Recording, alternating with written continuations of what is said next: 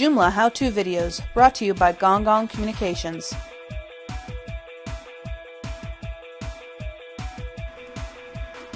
Now we're going to go over the different buttons on your Joomla toolbar.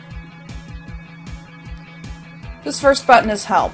If you click on it, it will open up a help screen of the JCE editor and explain many of the different features of the editor. You'll notice in some of their pictures there's different buttons than what you might have in your screen, and that's alright. We've customized your WYSIWYG editor with all the buttons we think you'll need. This is the basic undo and redo feature, so if you accidentally screw something up, you can undo it, or redo it if you wanted it to happen. You have cut, copy, paste, and paste is plain text if you're copying something from a program like Word and you want to paste it into Joomla. And we have find and we have replace, so you can find a specific passage in a longer article, or if you need to find and replace, say you've forgotten misspelled somebody's name, you can search for all the different instances where you misspelled it and replace it with the correct spelling. You can spell check the article, which as we all know is very important. You can change the indent or outdent if you want to indent the text a little bit, or you can outdent it if you decided you didn't want to do that after all. You can change the alignment to make it full, center, left or right.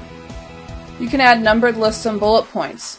Just like in any word processing program, you can highlight the text and click on the list. And you can also change if you want it to be, Roman numerals or alpha. And if you want to do bullets, you can do the same thing. You highlight the text and click on the bullet list. And you can also change it to the disc, which is the circle, a circle, or a square.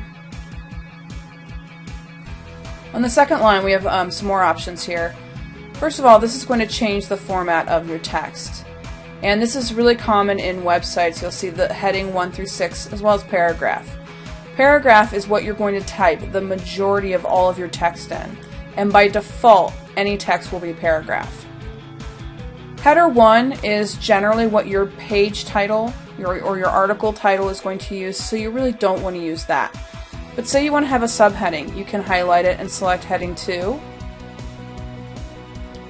heading 3, heading 4, heading 5, and heading 6. If you have special styles set up on your website, this is where you find them. Most people won't know how to use these, and these are for specific instances, so whilst they're there, we don't recommend you use them. You can also do things like bold, italicize, underline, and strike through, as well as adding subscript and superscript. You can also add special characters. So, for example, if you wanted to add a copyright symbol, it'll bring up the character map, and you can click on it and it will insert the symbol. You can also add what's called a horizontal line ruler, and that adds the big line across the entire width of your screen. And you can add what's called a non-breaking space. In the world of websites, you can only have one space. If you want a second space after the other, or you want to have several spaces, you can't just keep pressing the spacebar on your computer or it won't work.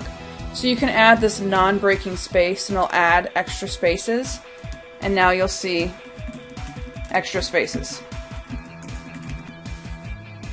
On the next line, this whole row has to do with tables.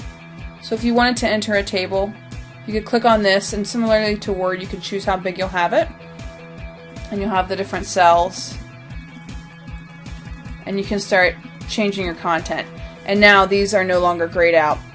And you can add additional columns, or you can remove them, or you can begin to format your table. And this last row has some really special features. First of all, you can have a read more button. So for example, if you had an article and you wanted to have the title and some summary text and then a button that said read more, you could choose where that read more button would be displayed. By clicking this, it'll add this big gray bar. And that's just for purposes in the back end. If you look on the home page of our website, you'll see a read more button here. And what would have happened is in the website under beginners, after the second paragraph, we would have added the read more button, and on the front end of the website, it will now show that button.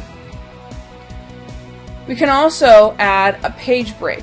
So if you have a particularly long article, say you're writing like a magazine article, you can add page breaks, and what that will do is it will let you break up a very long page into multiple pages that will have an arrow at the bottom for you to navigate through the additional pages.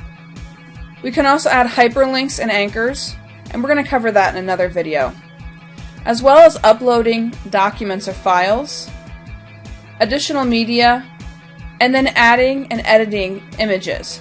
All of these will be covered in additional videos. For more information and resources, visit gongongcommunications.com.